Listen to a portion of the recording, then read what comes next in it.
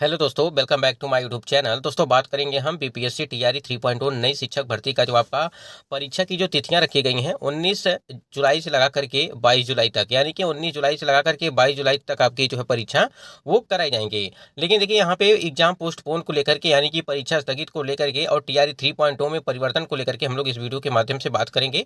और साथ ही साथ जो अदर स्टेट वाले कैंडिडेट हैं, जितने भी कैंडिडेट हैं अदर स्टेट वाले हों, चाहे बिहार के कैंडिडेट हों, चाहे वो महिला हो चाहे पुरुष हो, उनके लिए भी कुछ अपडेट यहाँ पे निकल के आई है। साथ ही साथ हम लोग बात करेंगे महिला आरक्षण को लेकर के, जो यहाँ पे महिला आरक्षण को लेकर के और अटेम्प्ट आपके कैसे काउंट होंगे, यानी कि जो अटेम्प्ट आपके काउंट हो रहे हैं बीपीएससी टीआरई 3.0 में, और जो 3 अटेम्प्ट हैं उसको किस प्रकार से यहाँ पे चीज़ें रखी गई हैं उसको उसके बारे में भी हम लोग जानेंगे। और विषयवार रिक्तियाँ, यानी कि जो आपकी विषयवार रिक्तियाँ हैं रोस्टर को लेकर के हम लोग बात करेंगे। जो टीआरई 3.0 का जो री एग्जाम होने वाला है उससे पहले, यानी कि परीक्षा से पहले आपकी जो है रिक्तियाँ वो जारी की जाएंगी। जो रोस्टर है वो फाइनल जो है रोस्टर अभी जारी नहीं किया गया है, उसमें परिवर्तन किया जाएगा। तो कई ऐसे महत्वपूर्ण अपडेट हैं जो आपको इस वीडियो के माध्यम से मिलने वाली, तो वीडियो पर बने रहिएगा लास्ट तक। और चैनल पर पहली बार विजिट किए हैं तो चैनल को भी सब्सक्राइब करके बेल आइकन को प्रेस कर लीजिएगा, जिससे हर एक लेटेस्ट अपडेट आपको मिलती रहेगी। सबसे पहले हम लोग यहाँ पे बात कर लेते हैं कि जो अदर स्टेट वाले कैंडिडेट हैं वो परीक्षा में सम्मिलित हो पाएंगे। देखिए सबसे पहले यहाँ पे एक चीज़ लेटेस्ट अपडेट आई थी, और ये नोटिस जारी किया गया था 10/6/2024 को नोटिस जारी किया गया था। और ये नोटिस जारी किया गया किस संबंध में आपको बता देते हैं कि उपयुक्त विषय दिनांक 20/5/2024 के हस्ताक्षर के आयोग कार्यालय में विज्ञापन संख्या 27/2023 के अधीन विद्यालय अध्यापक परीक्षा से संबंधित प्राप्त सूचना आवेदन के संबंध में निर्देशानुसार सूचित करना है कि वर्ग 6 to 8 सोशल साइंस में ऐसे सफल उम्मीदवारों की संख्या 28 है जिन्हें 9 से कम अंक भाषा में जो है, यानी कि भाषा अर्हता में विषय में प्राप्त हुए हैं। अब यहाँ पे भाषा अर्हता को लेकर के इन्होंने बात किया है, ठीक है। भाषा अर्हता को लेकर के इन्होंने बात किया है कि जो 30 नंबर का आपका जो, यानी कि 30 नंबर का जो आपका भाषा अर्हता है उसमें 9 नंबर आपको पासिंग नंबर लाना है, जो कि काफ़ी कैंडिडेट यहाँ पे जो है 28 कैंडिडेट ऐसे ऐसे हैं जो 9 से कम अंक प्राप्त किए हैं, यानी कि भाषा अर्हता में वो पास नहीं है। तो उसके लिए भी आरटीआई जो है यहाँ पे लगाई जा रही है। और देखिए ये इस प्रकार से नोटिस एक और भी हमने आपको दिखाया भी था कि उसमें जो लगभग 31 या 41 करके ऐसे कुछ कैंडिडेट थे जो भाषा अर्हता में पास नहीं थे। ये तो मैटर भाषा अर्हता को लेकर के है, इसके संबंध में हम लोग दूसरे वीडियो में बात करेंगे। देखिए जो जितने भी कैंडिडेट जो अदर स्टेट वाले कैंडिडेट हों, चाहे वो महिला हो चाहे पुरुष हों, और जो देखिए हम लोग सीटेट को लेकर के और या स्टेट को लेकर के थोड़ा सा बात कर लेते हैं, क्योंकि यहीं से कैंडिडेट जो है वो बाहर किए जाएंगे। तो आप इस चीज़ से बिल्कुल जो है आपको परिचित होना पड़ेगा, इस चीज़ को आपको जानना पड़ेगा। देखिए ये है आपका या स्टेट का जो है, यहाँ पे देखिए पासिंग क्वालिफाइंग मार्क्स रखा गया है, जिसमें आपको बताया गया है कि सारे वर्ग में जो है आपको पासिंग नंबर दी गई है। और देखिए सामान्य अगर की बात करें तो यहाँ पे जो है 50%, ठीक है, अंक। पिछड़ा वर्ग 45.5%, यहाँ देखिए अत्यंत पिछड़ा वर्ग के लिए 42.5, अनुसूचित जनजाति अनुसूचित जाति के लिए जो है यहाँ पे 40, और दिव्यांग और महिला इन तीनों के लिए जो है यहाँ पे दिया गया है, ये जो है दिया गया है, इसमें जो है 40% अंक रखा गया है, ठीक है। ये चीज़ें यहाँ पे बताई गई हैं। अब यहाँ पे समझना क्या है कि यहाँ पे एक नोटिस जारी किया गया था यह स्टेट को लेकर के, बातों को समझिएगा ध्यान से। अब यहाँ पे देखिए चीज़ें क्या हैं कि यह स्टेट में 72.40, ये यहाँ पे एक कैंडिडेट का जो महिला कैंडिडेट का इनका मार्क्स आया था। लेकिन आप स्क्रीन पे देख पा रहे होंगे कि यहाँ पे महिलाओं के लिए जो है 40% रखा गया है। इसका मतलब ये है कि 60 नंबर आप लाते हैं तो आप क्वालिफाई माने जाएंगे। लेकिन यहाँ पे 72.4 इतना नंबर आने के बाद भी ये क्वालिफाई नहीं हो पाए।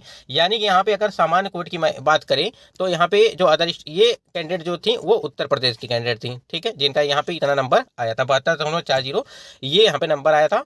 लेकिन जो यहाँ पे पुरुष वर्ग की बात करें तो पुरुष वर्ग के लिए यहाँ पे 50% रखा गया है। इसका मतलब यही हुआ, अगर इसके हिसाब से देखा जाए, अगर 72.40 ये अगर इतना नंबर है और आप ये स्टेट अदर स्टेट के कैंडिडेट क्वालिफाई नहीं है, यानी कि आपको बीपीएससी टीआरई या 2.0 से भर्ती से आपको बाहर किया गया है, तो इसका मतलब यही है कि आपको भी 50% नंबर चाहिए, ठीक है।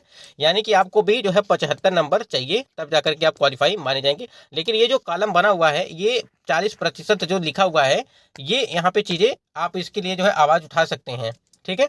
अब यहाँ पे ये बिहार की महिलाओं के लिए है, या जो जितने भी कैंडिडेट यहाँ पे जो भी कैटेगरी है सभी महिलाओं की इसमें ऐड किया गया है। यानी कि चाहे वो सामान्य हो चाहे पिछड़ा हो चाहे अत्यंत पिछड़ा अनुसूचित जाति या दिव्यांग लिए महिला कैंडिडेट को यहाँ पे जो रखा गया है नंबर, ठीक है, सबका सभी महिलाओं के लिए है या बिहार की महिलाओं के लिए है। तो अगर यहाँ पे सभी महिलाओं के लिए रहेगा तो 40% यानी कि 60 नंबर है तो आप ये स्टेट है, चाहे पेपर 1 चाहे पेपर 2 हो, आप क्वालिफाई माने जाएंगे, आपका रिजल्ट जारी किया जाएगा।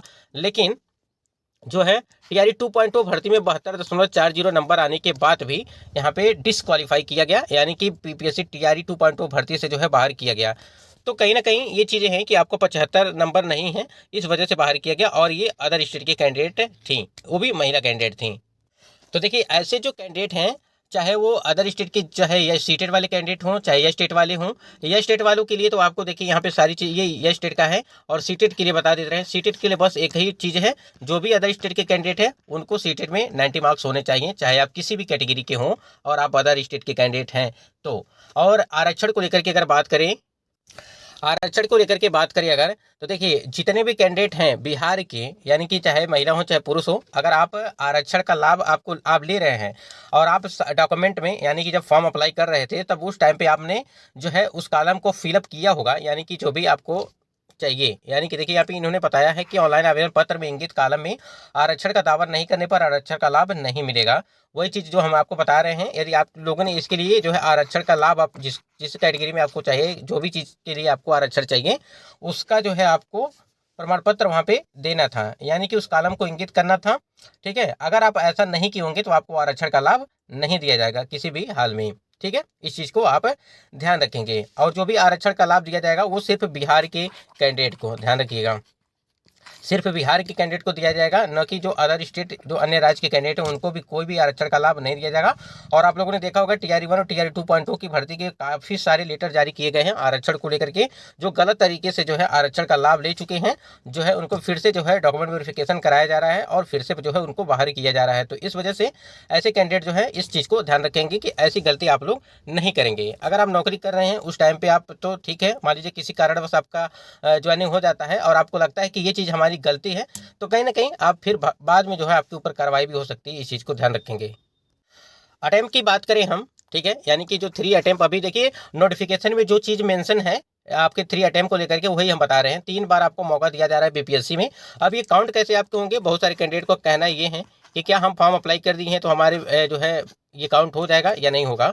तो देखिए आपको मान लीजिए अगर 3 अटेम्प्ट, अभी आप 3 लेके ही चलिए, ठीक है, सभी में आपको 3 अटेम्प्ट, अलग अलग वर्गों में आपको 3 अटेम्प्ट मिलने वाले हैं। यहाँ पे देखिए अगर आप फॉर्म अप्लाई कर दिए हैं, ठीक है, फॉर्म अप्लाई कर दिए हैं, तो फॉर्म अप्लाई करने से नहीं, अगर आप परीक्षा में बैठ जाते हैं और आप परीक्षा दे देते हैं तो आप का जो है अटेम्प्ट काउंट हो जाएगा, चाहे आप पास हो या ना हो, आपके अटेम्प्ट वो काउंट होंगे।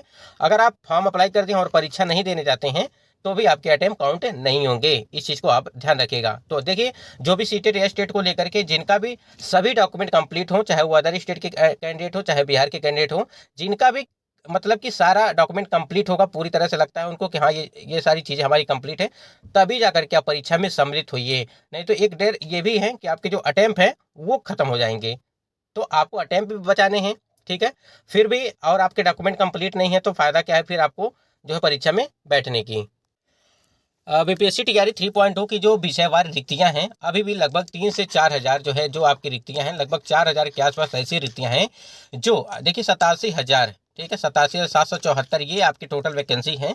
लेकिन अभी रोस्टर जो है वो दोबारा जारी किया जाएगा, ठीक है, रोस्टर आपका अभी फाइनल रोस्टर जारी नहीं किया गया है और उसमें परिवर्तन किया गया है, इस वजह से जो है उसको उसमें संशोधन किया जाएगा रोस्टर में, और जो दोबारा जो है रोस्टर जारी किया जाएगा। काफ़ी ज़्यादा पद जो है, सीटें इधर उधर हैं, और देखिए विषयवार जो सीटें हैं उसमें परिवर्तन किया जाएगा, किसी में सीटें खाली, किसी में सीटें बढ़ेंगी तो किसी में सीटें जो है घटेंगी, इस प्रकार से जो है चीज़ें निकल के आ रही हैं। तो आप जितने भी कैंडिडेट हैं टीआरई 3 और परीक्षा स्थगित को लेकर के अगर बात करें, ध्यान दीजिएगा जी, जो 19 से लगा करके 22 जुलाई तक आपकी परीक्षा कराने की बात की गई है, और उसमें एक चीज़ मेंशन किया गया है कि आपकी परीक्षाएं जो अपरिहार्य कारणों से जो है इसको स्थगित किया जा सकता है, तो यानी कि परिवर्तन किया जा सकता है आपकी परीक्षा में भी, यानी कि फाइनल डेट नहीं है इसको लेकर के।